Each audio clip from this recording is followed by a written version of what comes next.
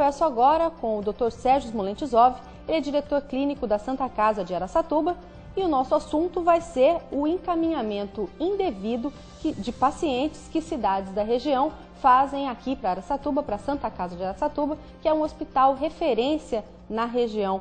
Bom dia, doutor Sérgio, tudo bem? Tudo bom. A gente conversava há pouco aqui no intervalo que esse problema é um problema muito antigo, né? Há muitos anos isso acontece. Continua essa questão? As cidades continuam enviando pacientes para cá? Por que o senhor acredita que isso acontece? Na realidade, isso tudo está baseado dentro da discussão da hierarquia de atendimento do Sistema Único de Saúde.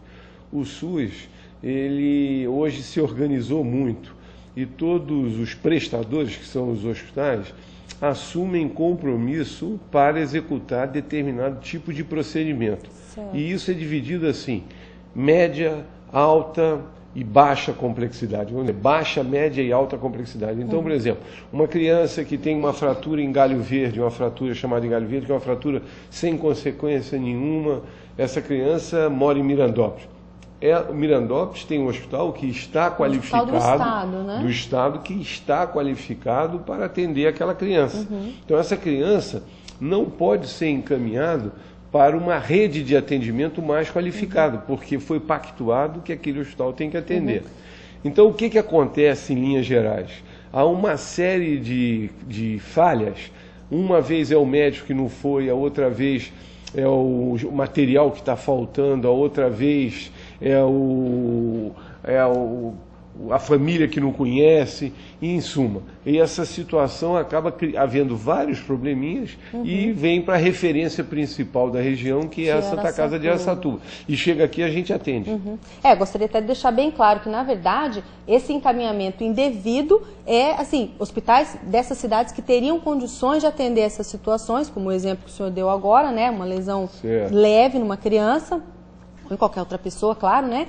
Que teriam condições de tratar lá, são encaminhados para cá. Não é que a Santa Casa está se negando a atender, não é isso, né? E essas pessoas são atendidas aqui, né? Quando chegam. Não faz parte do pacto. Então, isso aí é o contrato de gestão que todo hospital prestador tem, o Santa Casa, o Hospital Mirandópolis, Sandradina, Birigui, todos eles assinam um contrato com o SUS, com o gestor estadual ou o gestor municipal, para prestar uma série de atendimentos. Agora, existe tipo uma lista de procedimentos que podem ser feitos? Existe todos os procedimentos. Por exemplo, uma apendicite aguda que está em Birigui, essa cirurgia tem que ser feita lá. Não pode ser encaminhada para Araçatuba ou para Rio Preto. Tem que ser feita lá. Por quê? Porque o hospital assumiu a responsabilidade quando assinou o contrato de fazer. Isso daí é uma parceria hoje, uma obrigação hoje, que ela é cobrada. Por quê? Porque o Estado criou uma central de regulação. Então, qualquer transferência que ocorra de uma cidade para outra tem que ser via essa central de regulação, justificando a hierarquia do atendimento. Um acidente de trânsito em Mirandópolis, a pessoa tem um trauma de crânio, está em coma. Mirandópolis não é qualificado para prestar esse tipo de atendimento. Então, o atendimento de urgência dado, é acionada essa central de regulação do Estado, imediatamente entra em contato com a Araçatuba, a vaga é cedida e o doente vem para Araçatuba para ser visto pelo neurocirurgião.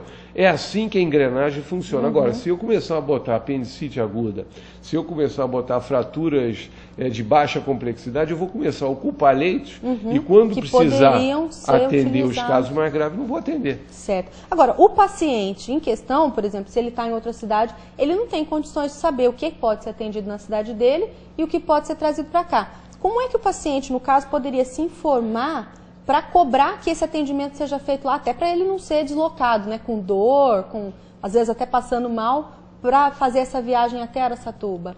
De que maneira ele pode se informar sobre isso? Na realidade, a única pessoa que não teria que entrar nessa discussão seria o paciente, porque existe a família, às vezes, a família ou o paciente, mas existe um fluxo. Vamos dar um exemplo, você mora em Guararapes, você sofre um acidente em Guararapes, você procura um pronto-socorro municipal, o pronto atendimento, que é a responsabilidade do município. Nessa hora tem algum médico que vai avaliar o caso. imediatamente avaliado o caso, isso vai ser discutido se a cidade está habilitada a atender ou não.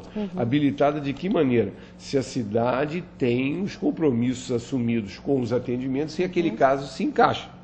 Aí isso é avaliação do ato médico. O paciente nunca vai ter Não essa vai informação. ter essa discussão. Nem a família. Nem a família.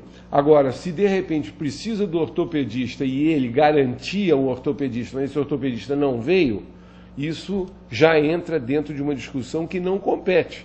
Aí esse doente é transferido para um outro hospital, não por hierarquia de atendimento ou por necessidade de um atendimento mais complexo, mas por uma falha do município. Quantos pacientes, em média, por mês a gente recebe de forma indevida? Vamos colocar esse termo, né? Olha, nós estamos funcionando atualmente uma média aí, eu diria para você, de 4 a 5 atendimentos, ou às vezes até mais, chegando até 8 atendimentos diários, nessas condições, que não seriam atendimento para a Santa Casa. Que poderiam tranquilamente ser atendidos na sua cidade. Na sua cidade. Então, de que maneira? Ou eles vêm pela central de regulação, manda como num dispositivo chamado Vaga Zero, quer dizer, ele nem pergunta se aqui tem vaga, lá não tem médico, manda para cá, ou às vezes a própria iniciativa da família põe o doente no carro e traz. Isso nos onera?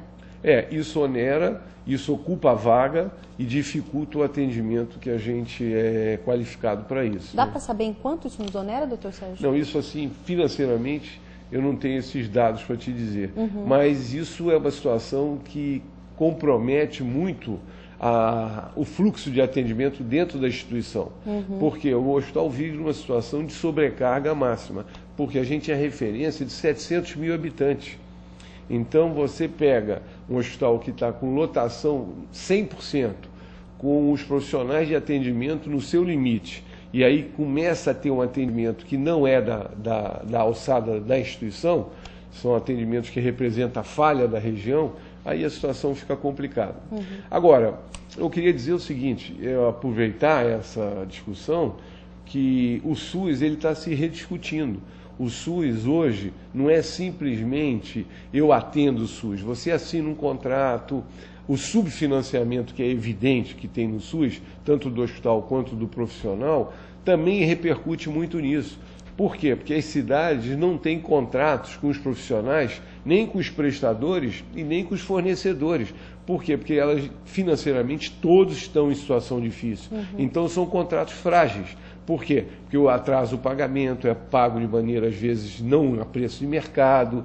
E aí, quando chega na hora de cumprir o contrato, falta médico aqui, falta remédio ali. Na verdade, é uma série de problemas, né, doutor Sérgio? Exatamente. Como sempre. Infelizmente, nosso horário está acabando. Eu até gostaria de abordar com o senhor outros assuntos relativos à saúde, né, aqui, que envolvem aqui a Santa Casa. Por isso, o convite vai ficar aqui para o senhor voltar outras vezes para falar com a gente sobre isso, né?